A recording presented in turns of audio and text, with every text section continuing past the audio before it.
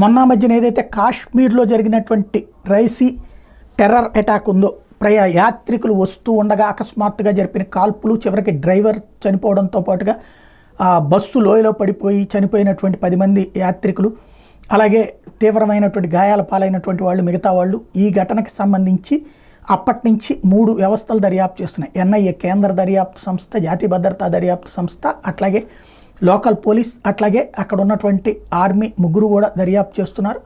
తాజాగా అంటే లోకల్గా ఆర్మీనేమో సహకరిస్తుంది ఉగ్రవాదులు ఏరివేయడానికి, పోలీస్ ఏమో కేసు కడతారు.